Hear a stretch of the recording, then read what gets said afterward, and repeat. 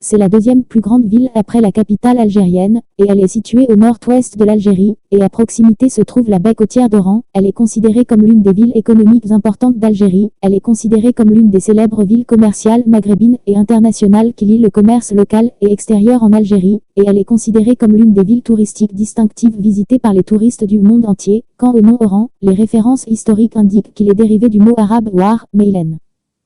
A pas été adopté dans les dictionnaires de la langue arabe, il est donc probable que l'origine du nom Oran soit due à la langue berbère par rapport à Wadi Aran. La signification d'Oran dans le dialecte local, populaire parmi les habitants de la région, fait référence au lion. Certains mythes disent que la chasse au lion était répandue dans les régions qui composent Oran, et le terme War a été utilisé pour désigner le lion, puis il a été utilisé plus tard pour désigner le nom de la ville. La ville d'Oran est considérée comme l'une des villes algériennes distinctives, qui contient de nombreuses caractéristiques géographiques, culturelles et historiques, et ce qui suit est une description des plus importantes de ces caractéristiques. L'histoire de la ville d'Oran remonte à la préhistoire, car de nombreux peuples y vivaient, mais après que l'Empire romain l'a dirigée, elle est restée déserte pendant de nombreux siècles jusqu'au 5e siècle après JC, donc l'État rustamide l'a contrôlée, et ils ont utilisé les terres côtières comme moyen de transport maritime et commercial. Ensuite, il a été contrôlé à la fois par les Fatimides et les Almohades, qui ont travaillé pour y établir une civilisation. Les Espagnols ont occupé Oran en 1509 après JC, lorsque l'armée espagnole est entrée dans la ville et l'a trouvée complètement vide. Ils ont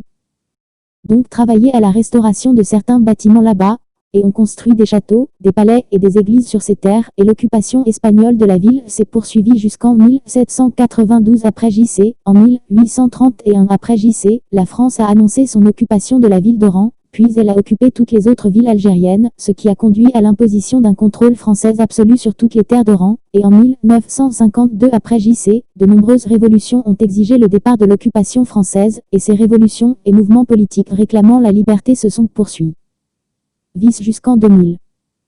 1962 après JC, lorsque l'indépendance de la ville d'Oran, et de toutes les villes algériennes, fut déclarée de l'occupation française. La ville d'Oran se caractérise par la présence de nombreuses plaines et de montagnes qui s'étendent sur ses différentes terres. Ces terres côtières près de la mer Méditerranée contribuent à attirer de nombreux touristes à la visiter. La superficie d'Oran est d'environ 221 km², et son climat se caractérise par un climat méditerranéen avec été sec et hiver doux, avec de fortes précipitations entre novembre et décembre. Il existe de nombreuses attractions touristiques, historiques et patrimoniales dans la ville d'Oran, et les plus importantes d'entre elles sont le parc Laïtong. C'est l'un des parcs les plus anciens et célèbres de la ville d'Oran. Il comprend de nombreux jardins verts, et ce parc a été créé en 1837 après JC, et il a été supervisé par le général Laïtong. Il a donc été nommé d'après son nom, et il est resté connu sous ce nom jusqu'à présent. Le théâtre de la ville d'Oran, c'est le seul théâtre de la ville. Il est donc considéré comme l'un des lieux patrimoniaux distinctifs qui ont été conçus et construits au début des siècle après JC, et de nombreuses pièces de théâtre locales et internationales y ont été présentées.